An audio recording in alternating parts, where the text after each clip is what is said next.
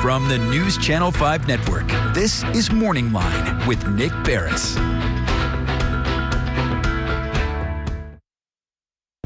Oh, good morning, everyone. Thanks for joining us on Morning Line. Nick Barris here on a Wednesday. A great show on tap for you. As always, we're going to open up the phone lines. And that's what's great about Morning Line is you can participate as well, as you well know. I mean, we are the #1 rated morning cable talk show in this market. No one else has it like that. And our numbers go through the roof when this guest comes on, though I know many of you tune in just to see me. But beyond that, okay, once a month, it's a very special day for us. And that's because Davidson County Sheriff Daron Hall chooses to bless us with his presence. How does he put up with it? I agree with that. This is live TV. I just said that on live TV. It's the way I roll. That's the way he is. It is. It's just that's exactly right. It's good to see you, sir. How are you? It's good to walk in here and feel a little less, with some of the restrictions for all of us, not just here. And you can sit and. Right. How has it changed things at the jail for you with things now? COVID numbers, you still monitoring it? Yeah, we still have numbers of quarantine cases and positive cases, and I think that's going to go on for many months. Hopefully not, but I think it'll last a long time, and that complicates things, but our staff are like everyone else. If you can social distance in the facilities with the population, then you don't have to wear a mask. But if you're in, and there are areas where you can't, then they're still wearing masks. I was up there yesterday, and some were wearing masks because of the environment, and we still have positive cases. And but I was talking to Mayor Lane before we got started, and some others. I worked really hard trying to communicate to the local system and even nationally that those staff who work inside an institution, where it's the congregate living environment where you're so it's difficult to stop an airborne disease. We pushed hard to get them recognized and needing vaccines and recognized and needing some of the PPEs and all the stuff that we went through. And it still surprises me, quite frankly, of the people who didn't get vaccinated. Now, that's, I've said this many a times, I was vaccinated very early. I think we should all do it. That's your choice. But I think we're at a place now in our agency where if you don't want to wear, I walked in with a young man yesterday, probably 28, 30 years old, I guess, and he's wearing a mask because he wants to. He doesn't have to in the building we were in. So as long as you get to do it and don't force those of us who went through the vaccine and trust what we're doing, I think we can all live in harmony somehow. But it feels good to be here, and whether it's ball games or I was watching the Vandy game last night, and some other things where you see crowds, it just feels good to see. Right, that. it's just odd that went away for a year, and now it's kind of come back to some degree. I thought it would be a while for me to come around to going back to a crowd, and I'm still cautious, haven't been to a lot. I was actually contemplating not renewing my Titans season tickets, and then I saw them sign Julio Jones.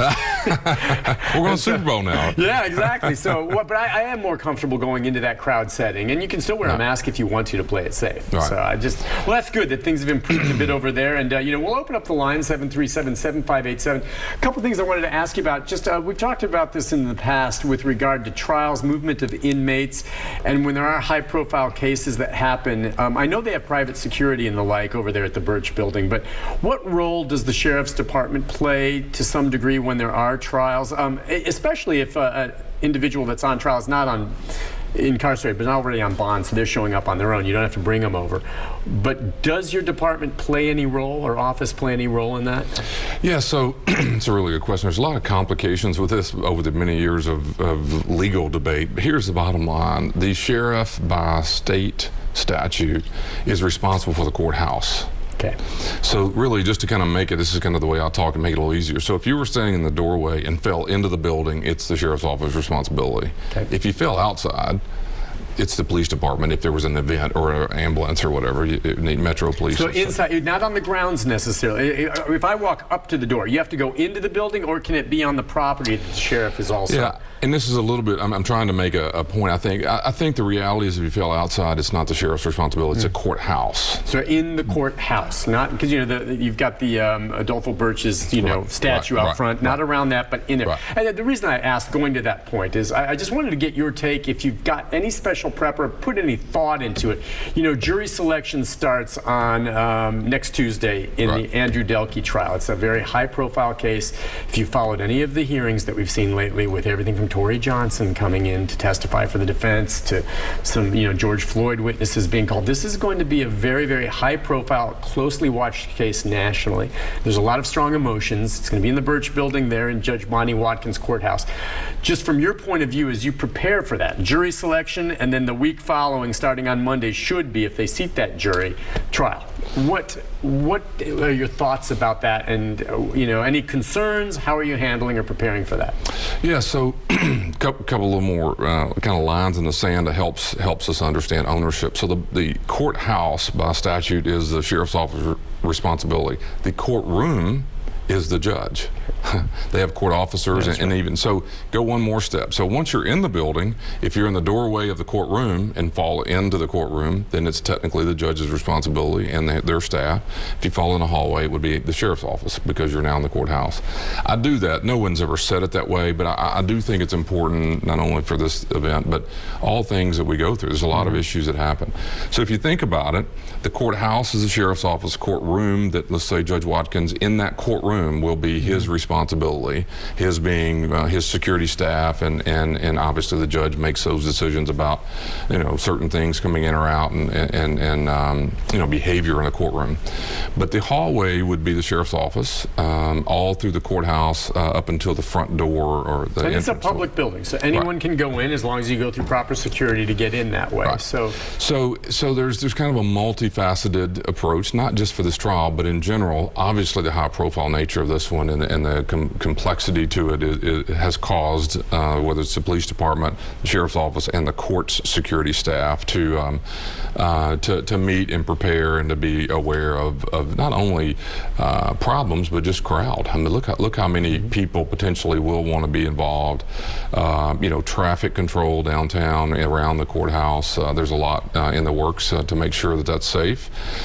We owe the jurors. I mean, the prospective jurors, you know, both safe and accessible, you know, in and out of the building. Do you play a role in that? Because I was wondering with the jurors, again, I know it's depending on where they are, but as they leave the building or make their way down elevators, things like this, and I know that the judge will take steps to make sure that they're kept away from the general public and all of that and make safe passage. How do you handle that? Yeah, so we're in the courthouse. We're going to lean on them once the jury is set, to the court staff, court security staff, working with our staff to get them in and out of the building. The jury selection, as you well know, can be a high volume process too, just going through candidates, and we'll be helping try to get those people in and out, you know, back to where, and you know this too, that's a commitment when people are giving up their time to sit on the juries and do all that. So the thing you definitely want to do is make sure that that's, you know, as simple and clean and easy as possible getting in and out of the buildings. And so and you do this for all things. What you just described is what you do. But I'm just curious if, and maybe it hasn't happened yet, maybe it will, but I mean, this trial, is it recognized by you and the others involved, the judge and the police, that this may be a little bit different, and so that you guys at least have discussed above and beyond what you normally do, or is it still status quo? No, there's more discussions about it. Obviously, you got to be respectful of the system. I mean, you know, if we were to be naive and assume it was a regular case and there's lines, you know, wrapped around the building to get in to participate, and they don't make it into the courtroom on time because we were just pretending it was a normal case. So you anticipate that it'll be busier? You think busier, and I think we have to be aware of the sensitivity to it. I mean, I'm not directly, you know, the staff, the Delke does not work for the sheriff's office. I have family that work for me that are from the Hamburg family. I mean, I live in this world. I'm not naive to the emotions of it. We have a job to do in protecting everyone from coming in. That's the Delke family. That's the Hamburg family when they get in the building. That's our job, and we don't get to make decisions. We're not on the jury. We're not the judge. And the main thing is to maintain safe order. That's what we're trying to do. We got to have a process to take place, and the police department, the same thing. Outside of that door of the courthouse is all the police department responsibility. They have a plan. I'm sure we've interacted with them on making sure that our systems can communicate. But yeah, they have a job to do in any circumstance like this. But given the nature that it's a police officer involved, which we haven't been through this level of a trial before, I think everyone needs to be aware of the sensitivity to it. You'd be naive not to. And you're hopeful, though, and we saw it with George Floyd and others, and the way they played out there, and that's a different case than this, though there are similarities, that there weren't problems in the aftermath. But who knows how this one will play out? Right. Yeah. So, but your hopeful things, people just abide by it, and people are welcome to come and watch. Yeah, I mean, born and raised here in Nashville, and I've seen a lot of things happen, but probably, George Floyd case was not here in Nashville, of course, but if you could just take out what I consider to be just in June a year ago, I guess it was, if you can take the protesting out of it, what happened to the courthouse and tearing up the city was one of my saddest moments of living here, no doubt about it. And it had nothing to do with George Floyd. I mean, I saw yesterday where one of these folks pled guilty to federal charges of arson and other things in a courthouse. This man lived in Hendersonville. He probably couldn't tell you who George Floyd is. And the reality of what he did, and many others, by the way, and some of those got caught up in the moment and tore down all sorts of things and went in buildings on Broadway and literally could have burned down those buildings as well. It's just very, very frustrating. Here's the problem. I don't think they had 2 cents of knowledge of what went on in George Floyd case.